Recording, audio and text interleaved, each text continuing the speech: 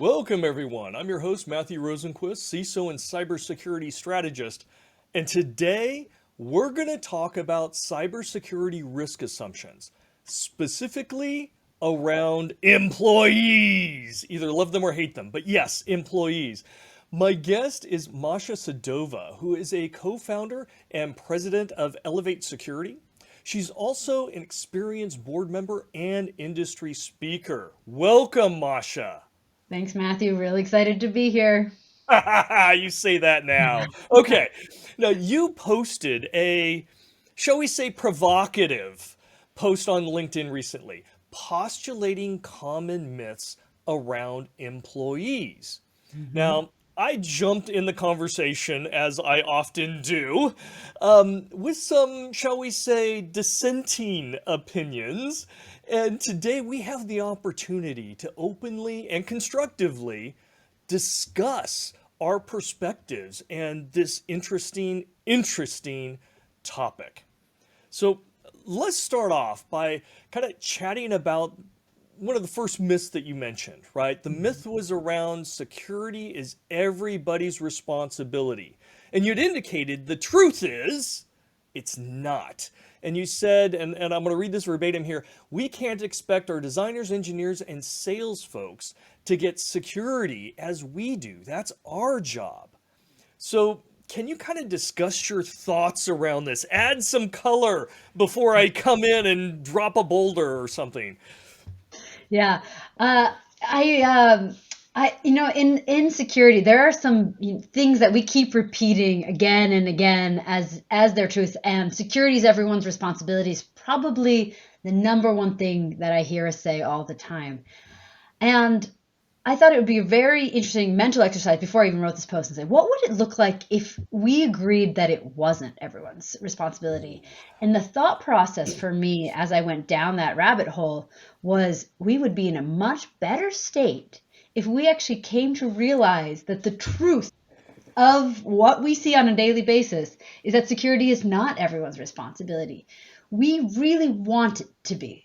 We really do. We hope if we say it enough times it will suddenly be the truth that we will wake up one day and the employees in our organizations, our developers, our salespeople, our designers will take on the security mantle with as much responsibility as we, as security professionals who get paid to do this for our jobs, and they take it with as much seriousness and responsibility, and all of a sudden our organizations will be much more secure, right? We will have solved the problem of user risk in our organizations, and that is never going to happen. It as much as we want it to be the case, security will never be democratized to every employee at the level that we need it to be at to successfully defend our organization. So the sooner we realize that we can't ever get to that end state, the better we can start designing our programs around it. Okay. So let me attack this in again a constructive way. You're saying security, the myth is security is everyone's responsibility. And you actually reversed that and said security is not everyone's responsibility. And we can talk about that. We can talk about how to make that happen or not make that happen. You also expressed it's impossible to do that. But you made a measure, a caveat in there that said, they will not have that same level of expertise, diligent passion, whatever, as we as security Mm-hmm. professionals. Mm-hmm. So I kind of see this as a straw man argument here because it isn't necessarily binary. I don't think anybody in the industry is saying our end users, that developer or the person that empties the trash can, needs to have the same level of expertise or vigor or passion. But and that's where the straw man would come in, but it's not black or white, right? It's not binary. Either they do have the same level of passion or they have no level of passion. In my mind, I see it as a scale. Mm-hmm. And I have seen organizations. So when I was with Intel, right, I built and managed cybersecurity for all of their mergers, acquisitions, divestitures, site closures worldwide. And there were cases where I would walk into an organization that we had just acquired, and talk with the executives and developers, basically everybody, and they would have the mindset, security's not my problem. That's those guys over there, or those gals over there, or that person over there, right? Not my problem. I'm going to just do my job. And we saw in every single instance that didn't work out very well for security. Now, in some cases, we saw kind of a blending. Yeah, it's their job, but I keep an eye out. I kind of help out. I know my stuff and they don't. So, yeah, I know what's kind of secure and what's not. Okay, great. That's a little less risk. We saw some where we had actual advocates, especially in the development environment, where there would be an advocate going, "Hey, I'm the lead architect or I'm the lead designer. I want security in my infrastructure that I'm building this thing in, but also in my products." The security guys, as great as they are, let them control the firewall, let them control the email spam filters. I'm the expert in here, and I'm going to help advise them. I'm going to work with them on how we should be securing our development environment. And we've seen things above that, right? Where it's not only development, it's IT, and you had this sense of community. And in most cases, in those situations, it's where that company had already been brutalized. And when a company is brutalized, you take ransomware or malware or a wiper like that, it doesn't just affect the CEO, it also affects that poor developer who was writing code and now it's destroyed. It's gone. Their work for 6 weeks is gone, right? And that really kind of brings up that passion going, I don't want that to happen again. And honestly, I can't necessarily trust the security guys. They don't know my work or anything else. I need to be a part of this. And now I felt the pain. I'm going to be part of it.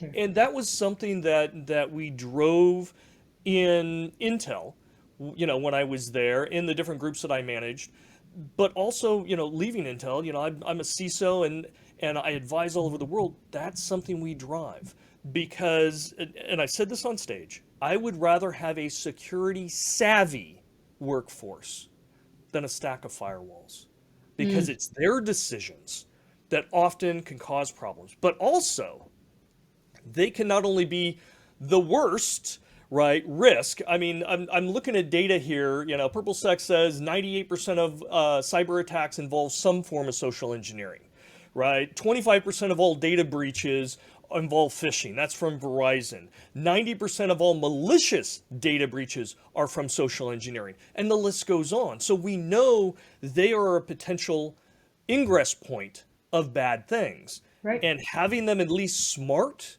and savvy and motivated can reduce a lot of that.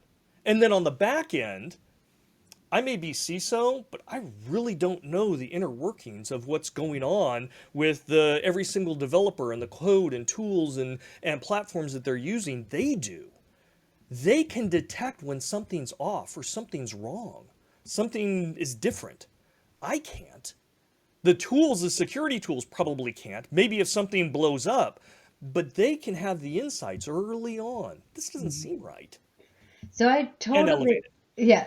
So I understand, and I don't disagree that having an organization where more employees are security savvy than not isn't a better outcome. I 100% agree with that. Okay. And I Okay, so we myself, agree. yeah, Security savvy employees are a better outcome. better Okay. than not security savvy employees. Yes. Okay, Like, yes, yes. I think to all of your points, and for me, it boils down to a concept of security debt. When you have an organization where security savvy employees, every time they're making a decision, if they are security minded, security savvy, they're going to opt in for decisions to the examples that you have where a developer may choose to double check their code or somebody may double check on a process in finance Or before not a click wire. that phishing email. Exactly, right? And Yes. so there's less cleanup we have to do, right? So there's less security debt. Every one of these decisions is adding up. And that is ultimately what it means to have a more secure culture and more secure-minded organization. And I 100% agree with that. And there are ways you can influence. That said, for many organizations, this has been their core strategy. I can only be Ah. secure if my employees continue to make the right security decisions.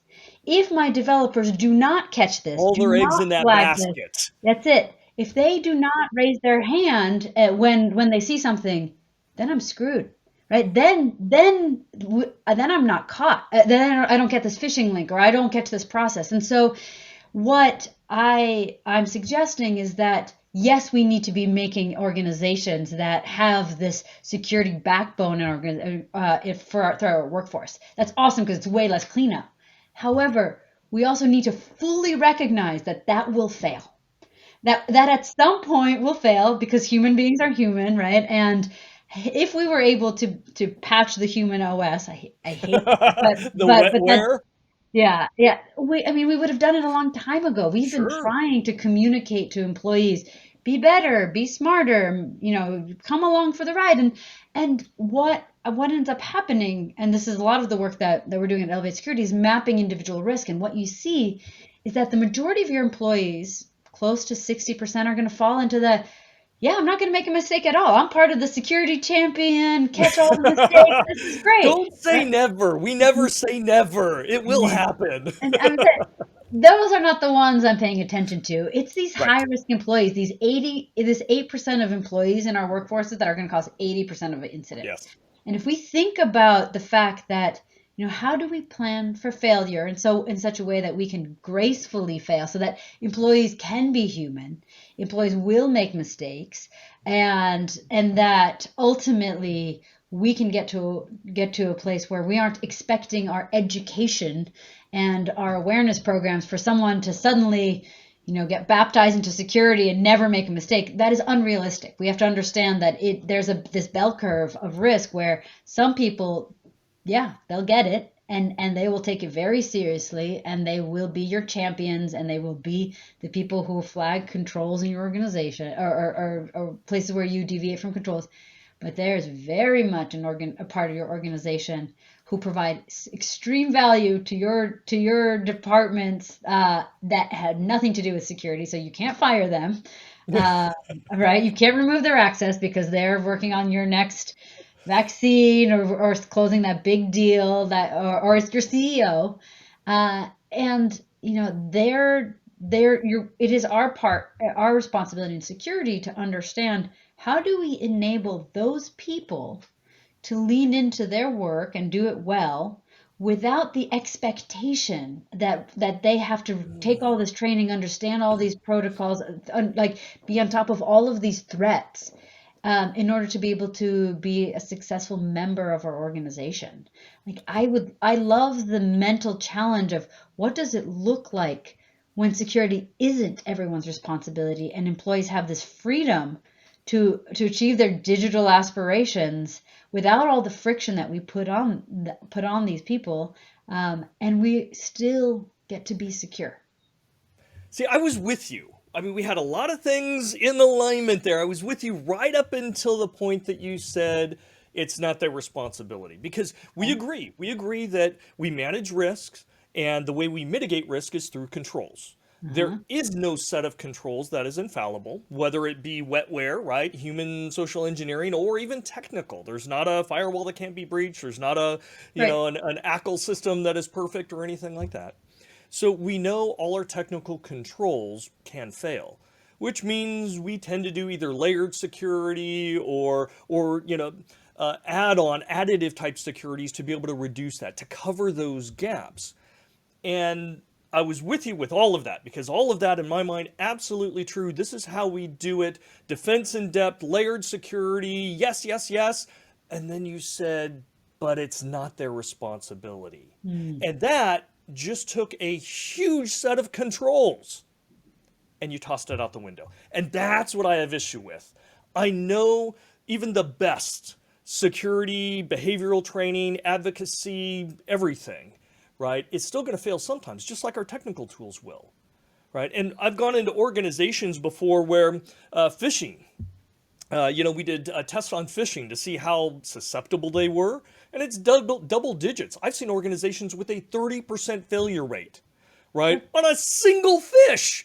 One Mm-hmm. third of the organization almost clicked on it, Mm-hmm. right? And I've gone into those organizations and reduced that down to under 1%. Now, it Mm-hmm. still means that 1% is going to fail. Someone's going to click on it. But that reduces what you were exactly talking about, that debt of now I don't have to deal with the other 29%, right? My technical and other controls might be able to mitigate or at least manage that risk, that 1% risk. But getting rid of 29%, that's a huge value. And that's just phishing. That doesn't look at all the other potential issues. And that's just preventative. That doesn't look at responsive, right? Detective controls, or when I have to go and I have to respond and resolve something. Again, if I've got security savvy employees, they're part of that team. And I ran crisis response for Intel as well. So I landed basically the CERT team, and I was the incident commander for the company. And when we had an organization that was like, hey, that's not my problem, go talk to IT. I'm going to go get lunch because my systems are down. Right? You let me know when it's done. That took a long time to fix. When the employees were jumping in going, hey, what can we do? We see this. I can do this. Can we shut this down? Hey, tell me how I can help. That's when the recovery time was much, much faster. Sure. So again, I see, don't get rid of that control. That's something we need to advocate. It's everyone's responsibility, not to the same level as the security. That's our full-time job. Yeah. Right? But if you're a developer, making sure your product is accessible and it performs within specs and it's secure, that's part of your role. Yeah. And I would even say it goes down to the person that empties the trash. And I'll give you a real example, right? I would go into different companies and I would literally talk to the people and the vendors that would come in at night. And I would tell them from now on, starting today, if you find a system that's unlocked as you're dusting and cleaning, I want to know about it. Right? It's now your responsibility because that person's not being secure. You see a USB drive on someone's desk, I want to know. We're going to work together. We're going to change everyone's behaviors. And it did. Right? Yeah. And it doesn't have to be brutal, right? We're all trying we all have the same business goals of whatever the organization is. We're just trying to do it securely. And there's trade-offs there, right? Between the friction and the cost and the security. Yeah. But getting the employees or any trusted or people to be part of that and to buy in is a huge, huge benefit. So yes, unto a certain point. I want to unpack phishing in a little bit more detail because I think that's something that all of our listeners can relate. Can relate. We all to, get right? hit with it. Yeah. Okay. So we create a phishing test. 30% of our organization clicks on it, right? That's it. So we have a couple of choices. We can send out emails and say phishing detection is everyone's responsibility. Keep an eye out in your inbox. It's really important, right? So that notification will be helpful for about 10%, right? So now we're maybe at 20% of our organizations. Like, whoa, you're making an assumption. You are making an assumption. I'm making an assumption, but I'm assuming that a security training, this is for illustrative purposes, but I'm assuming we roll out a security training that a subset of people will say, oh, okay, like, thanks. That was I didn't know. Now I know, right? So we've reduced the certain amount of there's knowledge around, hey, now this is my responsibility. I have a certain amount I now have the knowledge to detect this better. There have been other things that we can start layering on that helps reduce this in a much deeper way than we have before. And what I have seen is many organizations stop at that point where they say, I rolled out the training and I told them it was their responsibility. I don't know why they're not doing it. Let's just keep hammering it, and then every time they don't do it, we'll escalate it to the point of firing because we told them over the head until they comply. Yes, until they comply, or we have a case built up, so we fire them, right? That, and that's what it means for many organizations that security is everyone's responsibility because it is an excuse for us as security professionals to not appropriately resource employees in order to meet the threat. 100% agree. 100%. Because and again, it's layers, right? If we have those, we still need the technical controls. We need to understand the business. Totally. We just don't rely on one set of controls. And if you're just relying on employee training, even if you get down to 1% is going to get through, and that's enough to cause a lot of damage. That's exactly right. And so I think back to the original core value of core reason of posting it is questioning the assumptions we use to build our programs. And if people go in saying security is everyone's responsibility, and I need to just tell them that it's their responsibility or else, we have failed ourselves as an organization. Because when we assume that it is not, it's great if someone's like, it's my responsibility, that's awesome. But if we empower them, and I'll give you some examples of things I have never seen done in the industry, and I think in phishing, but if we support and help people in these capacities, it would be a huge leg up. So studies have shown that we make way worse decisions when we're hungry. What Yes. if I say, hey, you know what? We're not caffeinated We're properly. not caffeinated. Yes. So, like, I make my dumbest decisions an hour before my lunch block, which is on my calendar. So can you just hold off on any externally, like, unknown emails to my inbox until I'm after lunch so that I am more capable of making security responsible decisions?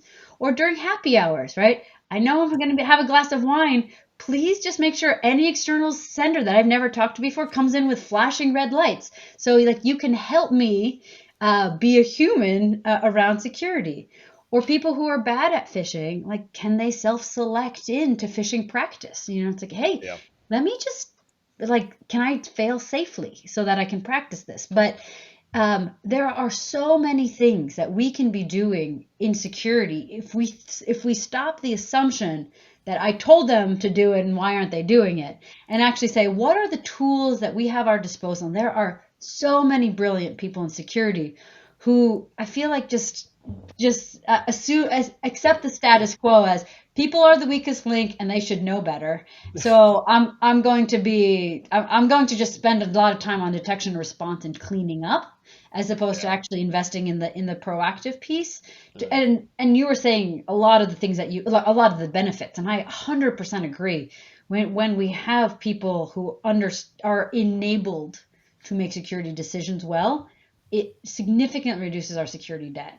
We have to do so much less security janitorial services after the fact, and if you don't think about it proactively, like, we're all doomed to just the life of Yeah, cleanup. you can never keep up. So, Yeah. and I like where we're going here because, I want to talk more about what are those best practices. Now, there's assumptions here before we get into that, and you mentioned a few of them, but the assumption is that it is beneficial to get employees to take part, right? To assume some level of responsibility or care or forethought, something, because we do want to be able to prevent things. It's a lot less costly and impactful than, rapidly detecting and responding, recovering.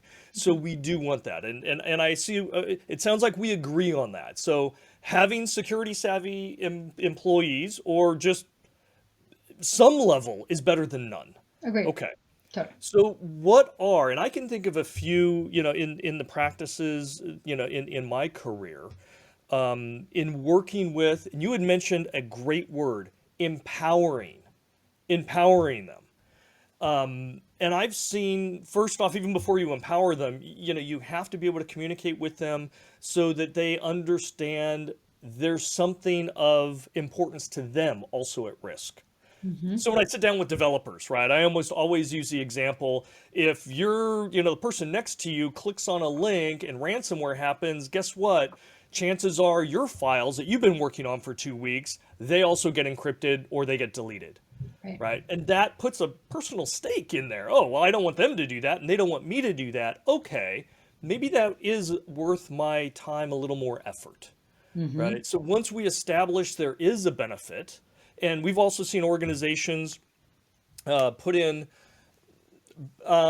financial incentives or other types of incentives, rewards, badges, extra bonuses. I've seen one company actually put an extra day off, right? They gave PTO. If you didn't click on any phishing for the entire, you get an extra day off. Have a nice day. Totally.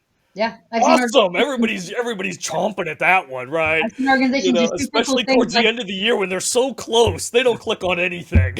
right, yeah. It's like days since last accident for Yeah, oh, manufacturers, like yes, days since last exactly. phishing click. Yeah, so it's group accountability. Yeah. Yeah, and I've Right. also seen them use penalties, which is typically psychologically it's not as strong, right? If Mhm. you click on it, I'm going to force you to take 8 hours of phishing training. right? Mm-hmm. Shoot me in the head now, right? I hate that. But again, different cultures and different businesses have different expectations, and some things work. But again, if we can find good practices to help advocate them. Mm-hmm. The other thing for different cultures, that I've used is if they suspect a phishing, and we're stuck on phishing, but this applies to other things too. If somebody suspects a phishing, I have them send it to me, or actually the IT guys and then the security guys look at it. But we'll take that, and if there's like an attachment or a link, we'll dump it into a sandbox, right? Explode it, and see what happens. We'll Mm-hmm. generate the report, and we'll actually tell them, we'll show you. Let me show you, if you would have clicked on this, what would have happened. It would have sent you here, it would have done this, it would have been looking for these vulnerabilities, so on and so forth. And that's not only, it's kind of sexy in a certain way, intellectually going, wow, I avoided that. And this is way cool. This is what would have happened. Yeah. And it just kind of buys in that, hey, as a security professional, I'm not your enemy. I'm not here to beat you over the head with a club Yeah. or a nightstick. I'm here as a partner, and I'm going to work with you. If you've got suspicions, awesome. I would rather be called 50 times with a false positive than not get called when something bad actually does happen. Yeah. And Yeah. so working with that works. I mean, what are your best practices in advocating that, people should, or, step forward and get that kind of behavior? Yeah. I mean, what you're talking about is the relationship to failure and making it safe to fail. And if you don't create a culture where people feel like it is safe to fail and safe to admit it, you're just not going to get the level of reporting and open dialogue you Yeah. want from your organization. And that's super critical in detecting things that bypass all of your security controls. And you're talking about this is the core foundation of what it means to have a very healthy security culture. The thing that I notice time and time again is that the people who exhibit those behaviors are already your security champions. The core thing that is missing in most programs that I come in and look at and consult on is an understanding of the nuances of which employees need more focus and attention, which employees need your time and your demo environment of let me explode this phishing email in a sandbox. Because the people who volunteer for that brown bag are already the people who get that security is interesting and important and a part of their responsibility. The people who are causing your incidents are those repeat offenders are also not opening up your emails, are also ignoring all of your trainings and your outreaches. They're the people who think security doesn't apply to them and are making repeat Or they mistakes. know better. Or, They know better. or The they know brightest better. engineers always, oh, well, I know security, I know better. Oh, we're actually publishing a report at the start of January, the Elevate Security, along with Scientia, which is a research report, where we map risky users by departments. And it's the question I have gotten for years, and we finally have the data set across 8 years of behavioral data for 300,000 employees. And I will tell you that engineers are up Oh there. They're yeah. not number one, but they are up. They're up there. They're up So there. one But of the things I used to do when we would acquire an engineering company is I would seek out the head engineers, and I mhm, would sit down with them face to face. Typically, I'd buy them lunch, yeah, sit down, and I would go, listen, we're acquiring you. We're going to put security controls in, so on and so forth. But let's be brutally honest. You are smart enough that you can get around them. And they would all smile like, yep, yep, we can. And I yeah, know that. yeah, I said, so instead, let's have a discussion on why you shouldn't do that. yeah, And we would talk about, okay, we're going to put this control in place. And they yeah, would come back and go, oh, no, no, no, no. We do it this way so it doesn't matter.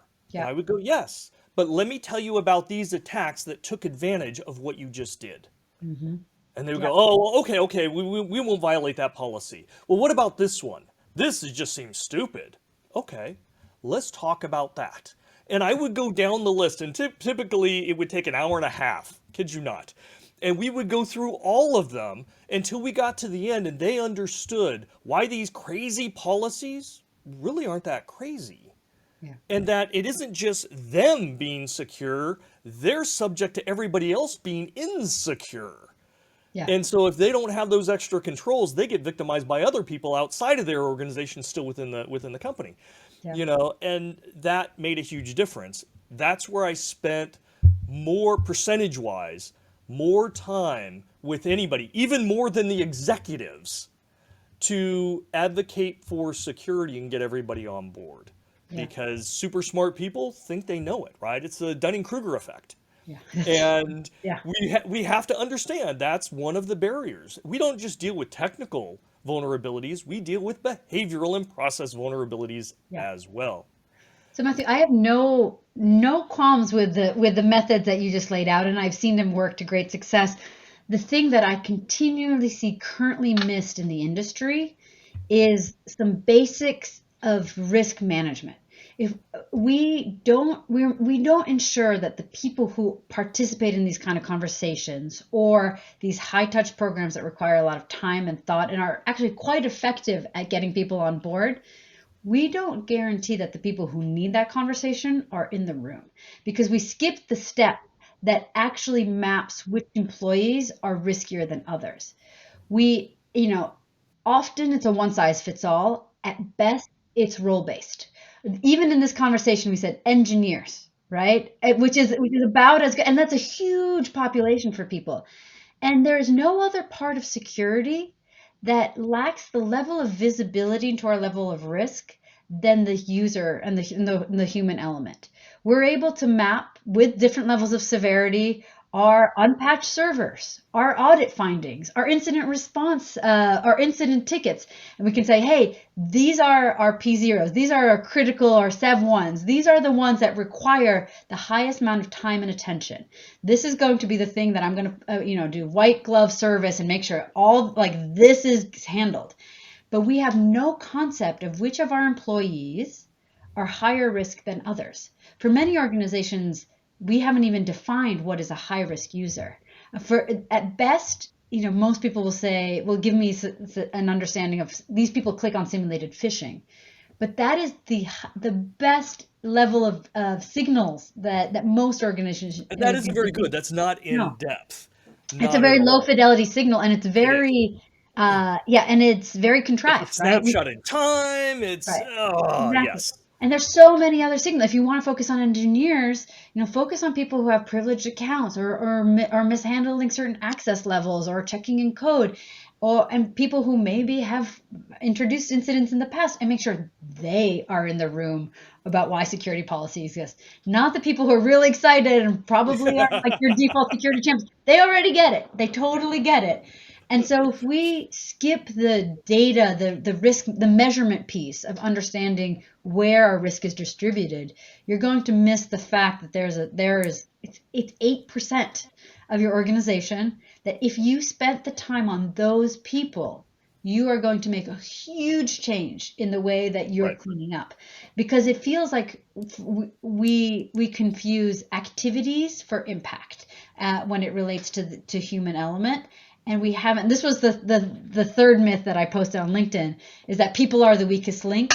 And my argument is that it is just human risk is just not managed on par with the way we manage the other areas of risk. And if we think about it like a risk that we can quantify and add appropriate levels of interventions and controls, like you're mentioning, we're going to be in a much better place.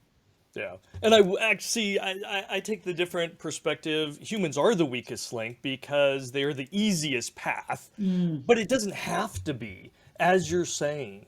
And, I love where you're going here. you know, we look on the technical side and we do that risk analysis, right? What is the likelihood? What is the impact? Who's the threat? What are their methods?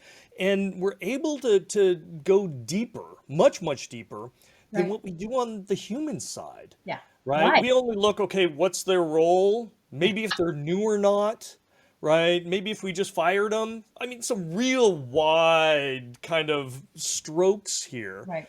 And I've been actually working with some other startups, and they're looking to narrow that down to look at the actual behaviors and exposure level, right? What do they do in social media? What do they do here? Attention spans and all those other things, because we lack that on the behavior side. And Yeah. it sounds like you're doing work in that space to Yeah. be able to get that more granular, richer data. Yeah. so that we can apply those same fundamentals that we do on the technology side, right? And we just assume they're there, Yeah. and yet we're so superficial on the behavioral side. That's right. And like Peter the Great said, right? If you're trying to defend everything equally, you're defending nothing. Nothing. Exactly. And yet it's that 8% you're talking about. That is where we need to have our disproportionate amount of effort and focus. Hmm. But how do you identify that 8%? Yeah. And That's a lot that of the, becomes the yeah. challenge. That's a lot of the work that we're doing at Elevate Security. It's essentially creating a security credit score for your employees. Well, okay, so tell me more about Elevate Security. What are you providing then for your customers? Not that I'm trying to do a marketing or anything, but Yeah. I'm now interested Yeah. because, this is a weak spot. How does Elevate Security kind of fill in that richness of data that we're missing in the world? Yeah, if you think about this, you and most security teams already have data in their environments around the decisions employees are making on a regular basis, good and bad. Do people browse to sites that are blocked? Do they try to download malware? Are they clicking on links that have gotten past your email gateway?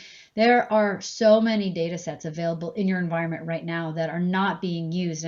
And what we do as a platform is integrate with these security technologies and create the security credit score for every person in the company. So you're able to see on an ongoing basis what kind of security abilities people have, good and bad, in what areas, when that risk changes over time. And then once you understand that risk distribution, we're able to provide through workflows the targeted interventions. Some people just need a light nudge back on track with feedback. Some people need a little bit more bubble wrapping so they don't hurt themselves in the organization, right? That's a very politically correct way of saying it. Wow, wow. Yeah, yeah, I applaud you for that. That's yeah. very nice. There's different things you can do around, adapting MFA controls and step up authentication for some people, deploying some protective technologies like web isolation browsing for some people, changing the You don't sensitivity get of to see the internet, okay, that. Bob? You don't Yeah, get to see it. that's right. Yes, like Bob, until you can do the following, no internet for you, right?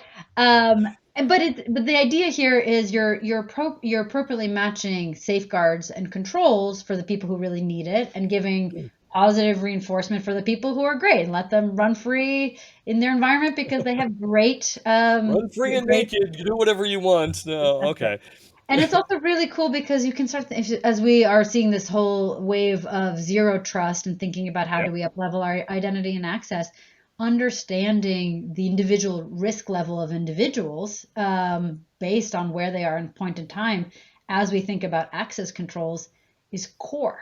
Because we know Yeah. about the device posture, but for many Right. organizations, we're blind as to who's driving this vehicle, right? And so critical piece of input to be able to adapt access So do appropriately. you So, see the output of Elevate tying in? Because we've already talked about the technical measures in depth. Do you see it as dovetailing it in so that again we could use it for zero trust, right? We know the configuration and the trustworthiness of the platform. We're using identity to validate who's actually sitting at that keyboard. right, But that hidden element of, okay, it's Bob, we know it's Bob, Bob's an employee, but that extra layer of, yeah, Bob isn't very smart and he's going to do lots of bad things. We right. need to put that bubble wrap around him. Yep. You know, that needs to happen. Hmm. So do you see your product as dovetailing to give that extra vision, that depth as part of that trust picture?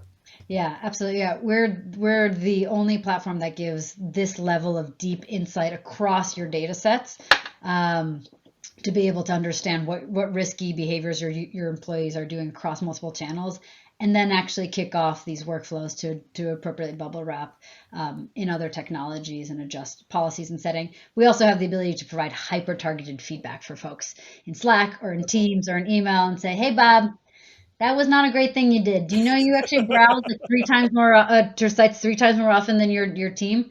This is what you should do differently about it." And it's a very different conversation as it's near real time, as it's hyper personalized, and it changes the conversation from like "thou shalt be responsible for security" to Right. "hey, like this is the bar and this is where you are related to the bar and this is how you get back on track, Bob." Poor Okay. Bob. So moving away from talking about Elevate here, Hmm. the last question that I have for you is, we've talked about lots of great things that can be done and more data that can be gathered and risk managing, not only the technical side, but the behavioral side. How important in your mind, because again, a security person may be going, yes, yes, yes, absolutely, this makes total sense, I want this, I need this. How critical is getting senior management to buy in to these behavioral controls, doing the training, providing feedback, or even allowing the bubble wrap to be, dispensed because that creates friction, and that may limit Bob from getting the information that he needs as part of his job. How important is senior management to be part of this decision to buy off and get behind it? Super critical, and I'm going to explain why. It's a concept called security drift. So let's say you have Bob, who's a developer, and Bob has 1 week to ship code on time. And he either has the choice to ship code on time or insecurely, or he'll need to ship it late but securely because he doesn't have enough hours in the day to do all the testing and management. This happens all the time. All the Yes, I time. love This this is example already. really real. So what is Bob going to do? Is he going to ship on time or is he going to ship securely and late?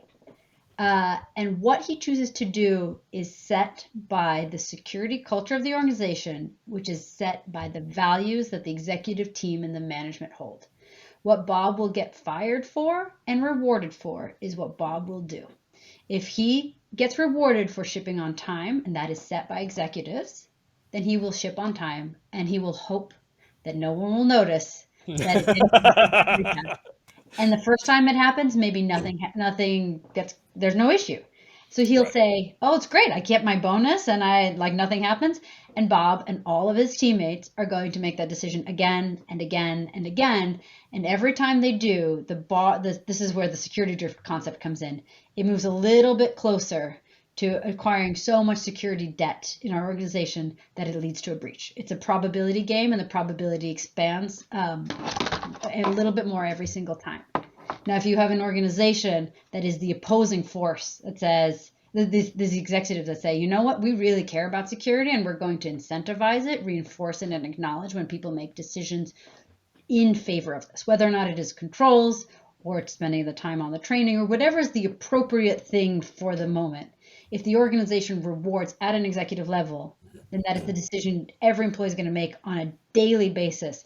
And ultimately, you manage your security debt so that you're reducing the probability of an incident happening because you have less tiny little exposure points happening on a regular basis. So super critical. It doesn't happen without the management backing because it gets reinforced for other things that aren't security, and that's what it comes down to. I think you're spot on. I absolutely love it. In fact, I would take it a step further, because I tend to be very vocal when I go into these companies and talk with them. I'll actually sit down with the executives and go, we've got the Bob situation. They can either ship on time or they can ship late. And you want him to ship on time and for it to be secure. Right. Ultimately, if Bob is ever faced with that situation, ship on time or ship late but secure, it's not Bob's failure.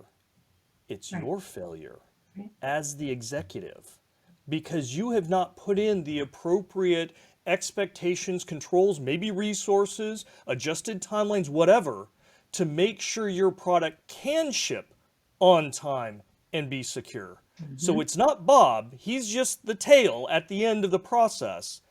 It's your failure. And you need to get ahead of that so Bob is never put in that position. He should never have to consider those trade-offs. Right.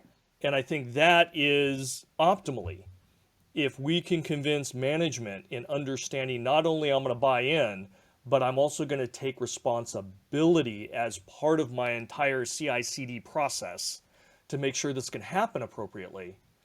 Now you've got transformational change. That's it. So, Totally agree.